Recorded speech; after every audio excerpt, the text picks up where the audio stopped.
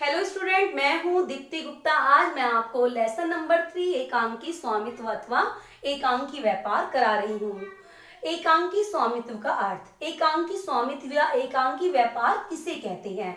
एकांकी स्वामित्व का अर्थ व्यावसायिक संगठन के उस प्रारूप से होता है जिसका स्वामी एक व्यक्ति होता है, वही उसका प्रबंध करता है तथा संपूर्ण लाभ हानि को प्राप्त करता है। इस सबसे आसान डेफिनेशन है कि एक ही व्यक्ति होता है और संपूर्ण जो प्रबंध भी वही करता है, पूरे व्यापार पर नियंत्रण भी वही करता है और संपूर्ण लाभ हानि प्राप्त करता है। अगर इसमें प्रबंध के लक्षण आ जाएं एकांकी व्यापार के, तो आप कैसे करेंगे?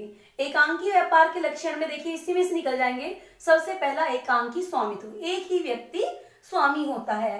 लाभ हानि एक ही व्यक्ति ग्रहण करता है। दूसरा है प्रबंध, प्रबंध भी एक ही व्यक्ति के हाथ में होता है। पूरा संपूर्ण नियंत्रण प्रबंध एक ही व्यक्ति के हाथ में होता है। तीसरा संपूर्ण लाभ हानि, और संपूर्ण लाभ हानि एक ही व्यक्ति वहन करता है। ये इसके लक्षण हो जाते हैं।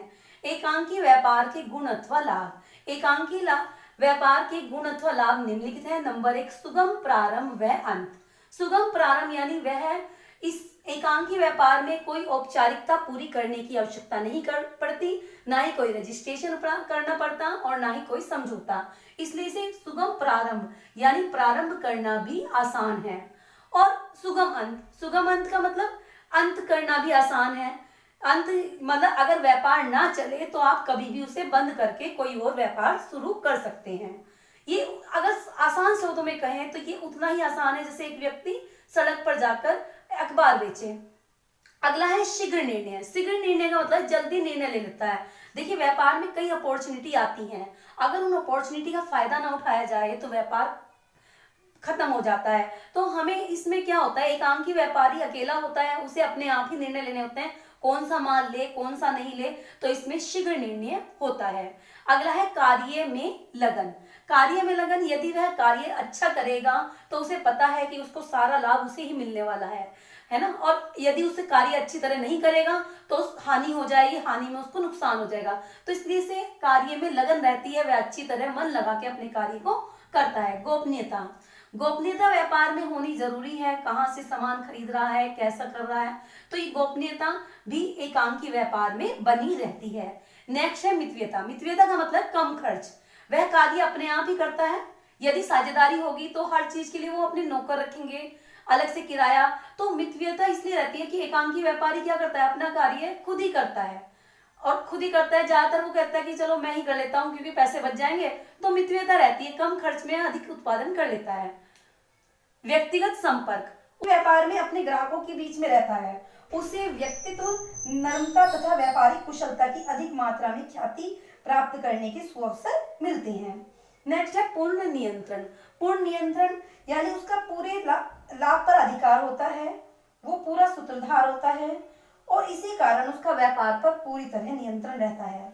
वह उसे पता है कि वह जितना परिश्रम करेगा उतना ही लाभ उसे मिलेगा, तो इसलिए व्यापार पर वह पूरी तरह क्या करता है, पूर्ण नियंत्रण रखता है। अगला है पैतृक ख्याति। पैतृक ख्याति यानी यदि पिता की शॉप है और पिता के मरने के बाद उसका पुत्र बैठता है तो उसकी ख्याति का, जो पिता की ख्याति है कमाई गई, उसका लाभ उसे जरूर मिलता है, उसका नाम चलता रहता है। आत्मविश्वास, जैसे जैसे व्यापार बड़ा होता चल जाता है तो उसका आत्मविश्वास बढ़ता चल जाता है और व्यापार को वो और अच्छी तरह करता है। समस्त लाभ पर एकाधिकार। एकांकी व्यापार है, एक ही व्यक्ति होता है, सभी लाभ एक ही व्यक्ति के पास जाते हैं। जितनी वो मेहनत करेगा उसे पता है कि जितनी वो मेहनत करेगा उतना ही लाभ उसे मिलेगा, तो एकांकी समस्त लाभ पर उसका एकाधिकार होता है। अगला है एकांकी व्यापार के अवगुण। अवगुण या दोष या सीमाएं। नंबर 1, असीमित दायित्व। इसमें सबसे बड़ा जो मतलब कमी है वो ये है कि असीमित दायित्व है। असीमित दायित्व यानी यदि उसके व्यापार में लॉस हो जाता है तो वे उसकी सब चीजें बिक जाएंगी, यहाँ तक कि उसके घर की निजी संपत्ति तक पर नुकसान हो जाता है। सीमित संसाधन। सीमित संसाधन का अर्थ होता है कि उसके पास साधन सीमित होते हैं, यानी पूंजी की मात्रा सीमित होती है। वो यदि वह व्यापार बढ़ाना भी चाहे तो भी वह बढ़ा नहीं पाता, उसकी साख सुविधाएं भी बहुत कम होती हैं। अनुपस्थिति में हानि या क्षति।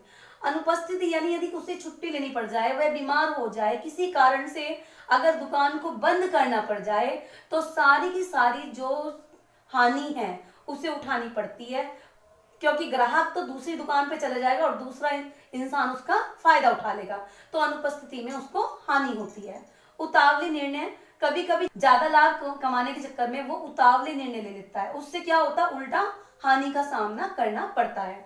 सीमित साख योग्यता, उसकी साख का मतलब होता है उधार लेने की क्षमता, उसकी सीमित होती है, क्योंकि एक व्यक्ति होता है वो अधिकतर अपने परिवार से, बैंक वाले भी ज्यादातर विश्वास नहीं करते, कम ही लोन देते हैं, तो सीमित साख योग्यता होती है।